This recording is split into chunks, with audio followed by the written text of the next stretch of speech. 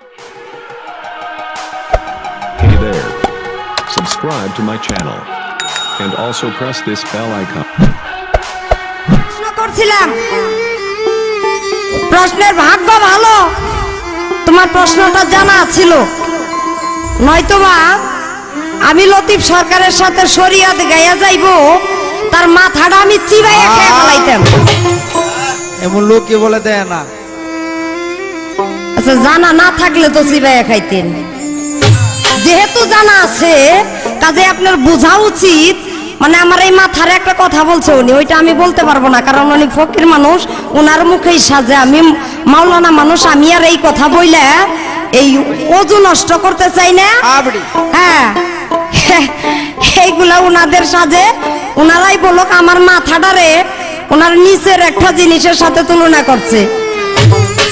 আপনি যে প্রশ্নটা করছিলেন, এই কথাটা যেহেতু আমার মাথার মধ্যে আছে, আপনি যদি আমার এই তরিকতপন্থী একজন আলেম এইটা মনে করে আপনি ভালোই বেসে থাকতেন, তাহলে আপনি আমার এই মাথাটাকে এই জবাব দেওয়ার পরও আপনি ওইটার লগে তুলনা করতেন না।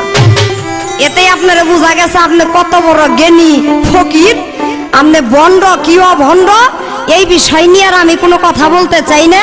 এইটা নিয়ে আপনার জায়গায় আপনি থাকেন, আমার জায়গায় আমি থাকি। আমার কাছে একটা চমৎকার প্রশ্ন করেছে, প্রশ্নের জবাবটা আমি করে যাই। দেখছেন অবস্থা, এই যে সারাটা ক্যাসেট করলাম, মানে কত কিছুর সাথে তুলনা করলো, এরপরও আমি রাইগা যায় কিছু কইলাম না। কত একারে ফেল ফেলাই এইটুকু চালান লইয়া ফকিরি করেন না।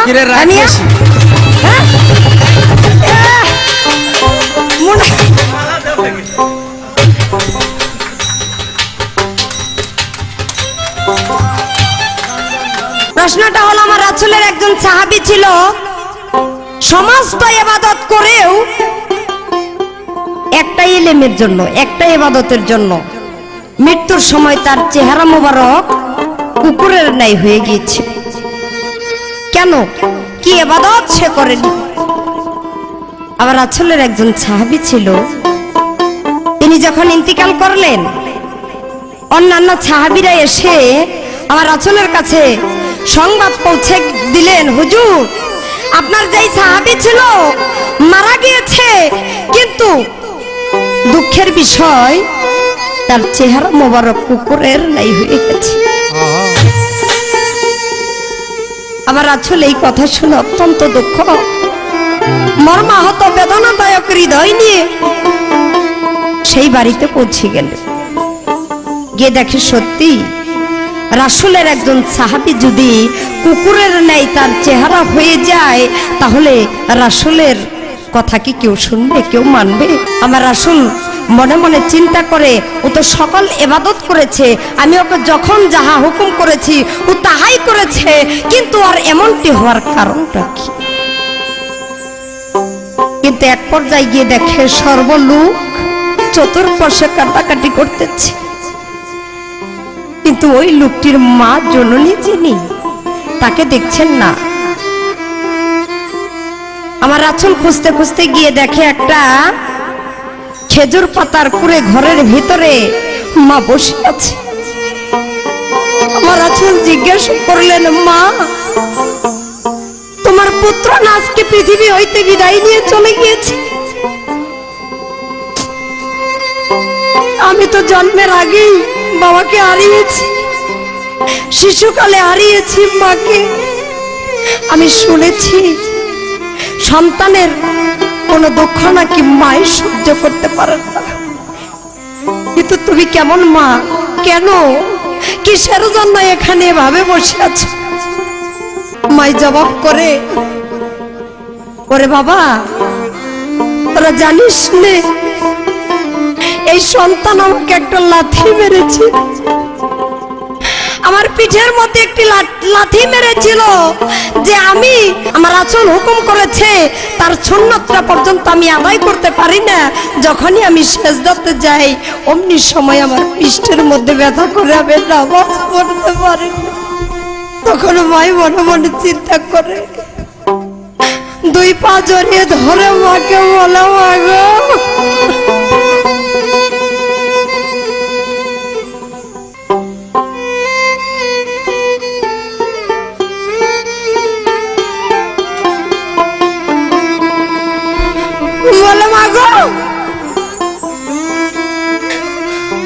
আমাকে মাফ করে দাও। বলে না রে, আমি মাফ করতে পারবো। বলে মা গো, আমি রাসূল নিজেই এসেছি তোমার ঘরে, কিন্তু মাই কিছুতেই যখন রাজি হলো না, সকল সাহাবীদেরকে ডেকে বলে ওই লাশের উপরে চাবুক মারতে শুরু করে। যখন চাবুক মারে তখনও মাই কিছুই বলে না। এক পর্যায়ে গিয়ে ওই আমার রাসূল বলে ওই লাশকে একটা চিতার মধ্যে জ্বালিয়ে দে, ও চিতায় পুরো ছাই হয়ে যাবে। রাসূলের কোন সাহাবী কুকুরের চেহারা নিয়ে এই পৃথিবী থেকে হয়ে যেতে পারবে না। অবশেষে যখন চিতাই জ্বালিয়ে দিয়েছে মা জননী, ওরে জনম দুঃখিনী মা, মায়ার ঘরে থাকতে পারে না। রাসূলকে ডেকে বলে ওরে মুহাম্মদ, তুই আমার সন্তানকে মাফ করে দে, আমি ক্ষমা করে দিয়েছি, ওর প্রতি আমার কোনো অভিযোগ নেই। এই একটি ইবাদতের কারণে, মায়ের সাথে বিয়াদবি করার কারণেই সে এই কুকুরের নাই চেহারা হয়ে গিয়েছিল। তাই এই ক্যাসেটটির যিনি ব্যবস্থাপনায় রয়েছে, সার্বিক ব্যবস্থাপনা আপনাদেরকে যিনি উপহার দিয়েছে, তিনি একজন মা হারা সন্তান। তার ক্ষেত্রে একটু ভিন্ন, তিনি মাকে হারিয়ে এই পৃথিবীতে এতিম। তাই তারই লেখা একটি গান আমি গাইতে গাইতে আজকের এই ক্যাসেট শেষ করব। যদি আপনাদের মাঝে কোনো কথায় ভাষায় ভুল করে ফেলি, আপনারা ক্ষমা করে দেন। আমি যারে বলতাম মনের ব্যথা, ওরে মাগো শত ব্যথা পাইয়া তোর খবর গিয়েছে হারাইয়া আমার এতিম হওয়া নাইয়া গো, তোর খবর গিয়েছে হারাইয়া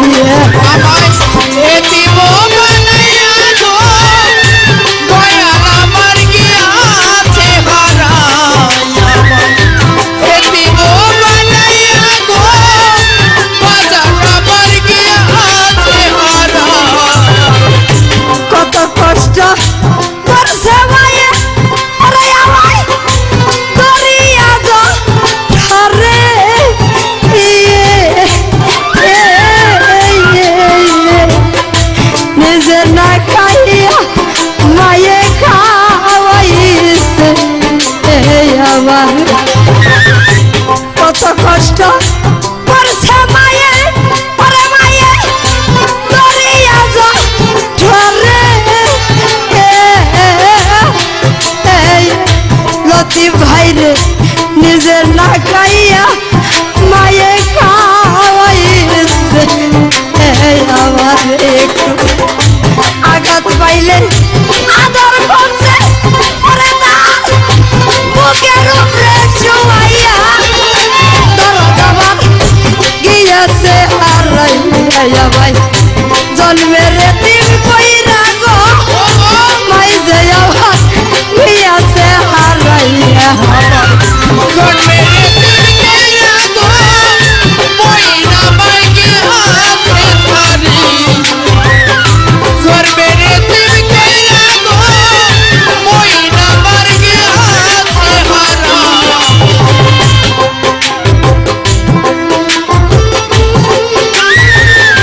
মায়ের মতো বান্ধব নাই, বান্ধব নাই, মায়ের মতো বান্ধব নাই, বান্ধব বান্ধব নাই, মায়ের মতো বান্ধব নাই, বান্ধব না, বান্ধব না। পুত্র কন্যা মবে শুধু, ওরে ভাই সুখ সম্পত্তির ভাগী।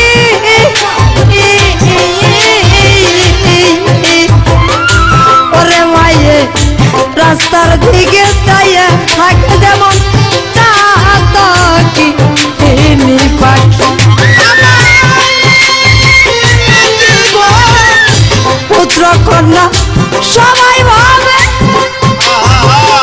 মনের বাইরে সম্পত্তির মাগি ওরে আমার রাস্তার দিকে ছায়া থাকে মায়ে যাব কি পাখি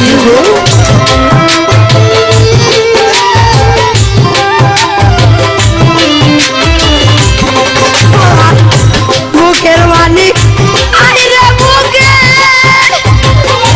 ওরে আমি আর তো কিছু চাই না দরদ আমার গিয়াছে হারাই এতি মামা নাইয়া গো বান্ধব আমার গিয়াছে হারাই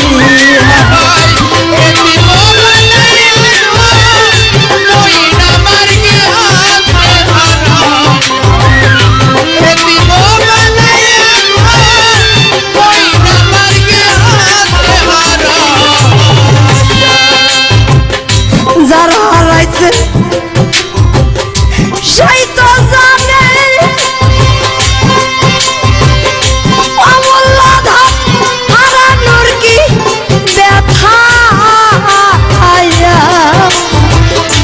যারা হারাই নাই সে বুঝবে না এ যে কেমন জানা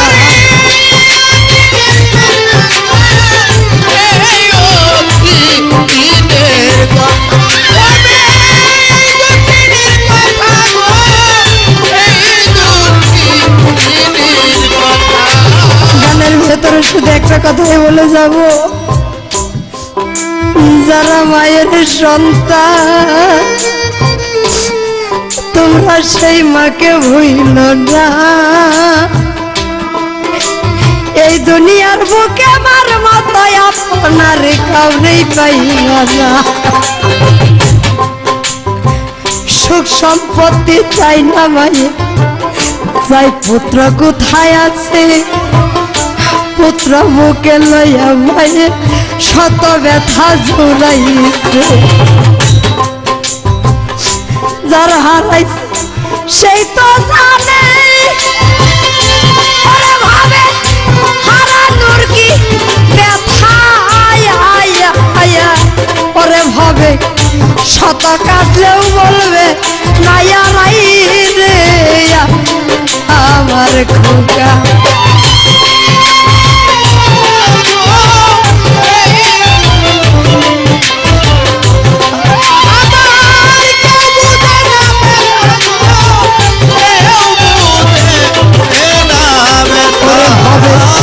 আমায় ছেড়ে গেছে সাজে ওরা বাবা পরবাসে চলিয়া দরদ আমার গিয়াছে হারাইয়া আমায় পাগল বানাইয়া গো দরদ আমার গিয়াছে হারাইয়া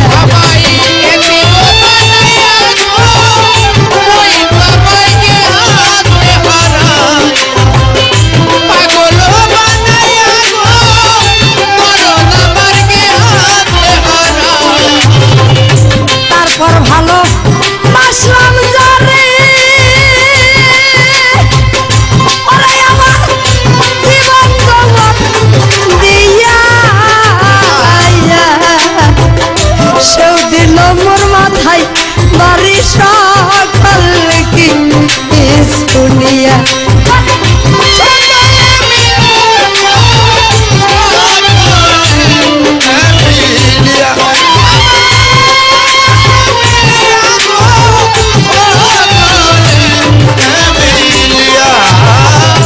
তারপর ভালো বাসলাম যারে ওরে আমার জীবন জগৎ দিয়া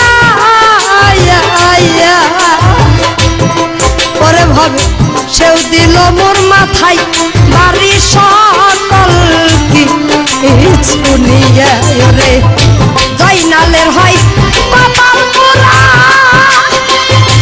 ওরে ছেলে মাইরে ভাবে হারাইয়া দরদ আমার গিয়াছে হারাইয়া আমায় পাগল বানাইয়া গো দরদ আমার গিয়াছে ছাড়ি আমায় এতে বানাইয়া